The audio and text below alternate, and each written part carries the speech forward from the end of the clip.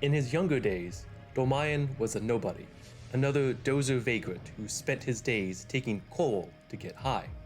Then came the fires of Ibis, which incinerated the entire planet of Rubicon. Not only was he able to survive the fire, he also somehow still found enough coal to keep getting high. In the fire's aftermath, he developed an ardent belief in symbiosis with the coal. And so, one fateful day, as he was imbibing Rubicon's blessings, Dolmayan heard a voice. "Fear not, there will always be plenty." This was Seria, his version of Ayre. But Dolmayan realized that the moment of happiness we share comes at the cost of her siblings. Sacrifices all. Dolmayan was deeply conflicted. "If I were you, I'd never allow this," he told Seria. "And I was forever ashamed by my deceit." In other words, if the situation was switched, and Dolmayan had to sacrifice people to stay in contact with Seria, he would, though he lied about his willingness to do so. Now, we only know about Seria from Dolmayan himself, but I think she may have had an even bigger role in the story than it first seems. See, whenever the coal attains some type of consciousness, we can detect C-pulse wave mutations, like Ayre. We also know that Professor Nanai decided to deploy the fires of Ibis after he detected one such mutation. So I wonder if that mutation was in fact Seria.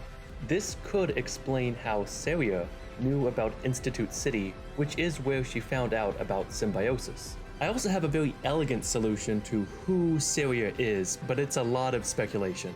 In a previous video, I speculated that Walter's father may have experimented on his own wife, and she, in turn, became one of the first humans to have her consciousness drift into the coal. So I wonder if the C-pulse mutation wave that was detected was in fact clandestine experiments on his wife, which we would know as Seria. We don't know what happened to Walter's mother after the fires of Ibis, and we don't know anything really about Seria before she met Dolmayan. In any case, we also know that Seria told him about coal release and its potential for symbiosis. But when you fight Dolmayan in New Game Plus Plus, he says this. "I know you, Menace. You can see them too, the voices. Just as I once did." In other words, Dolmayan no longer sees those voices, and I think that's because he lost contact after he refused to follow Seria's plans. She said that she will respect my wishes. If I cross this threshold, tragedy will befall the world of mankind. Yet if I do not, here I stand, too afraid to cast the die. And of course, the ending where you achieve coal release is called Alia Iacta Est, which is Latin for the die is cast. But I think that after he lost contact with Seria, Dolmayan became involved with the Rubicon Liberation Front. And I'm basing this on the full chant you hear when you fight Dolmayan. How much of our hymn have you heard, Menace? Coral, abide with Rubicon. Coral, endure within us all. For none of us shall cast the die. His refusal to cast the die alienated him from Seria. The coral must not be set free. Only tragedy awaits beyond the threshold. While the RLF wants to liberate Rubicon, they don't necessarily have the best interests of the coral in mind.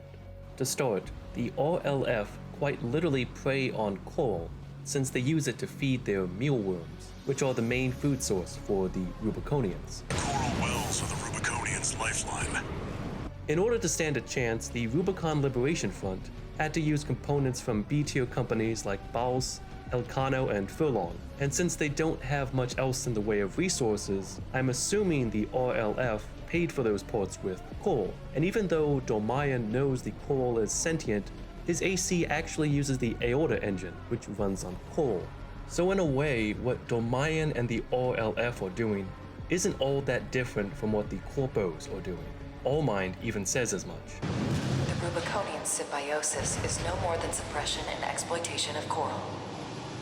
We hope this encounter was informative.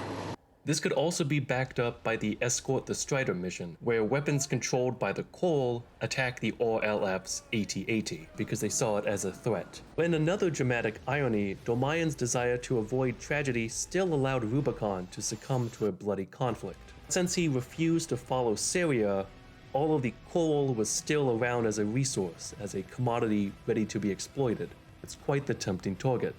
Since he lost his waifu, Dolmayan has become deeply disillusioned. After being rescued, he chid Saeed. Coral abide with Rubicon. You don't know what you're saying, girl. There'll be nothing left but dying embers. Dolmayan is also one of the very few characters that has a confirmed romantic relationship in the game. But since this is FromSoft, it makes him seem even more alienated.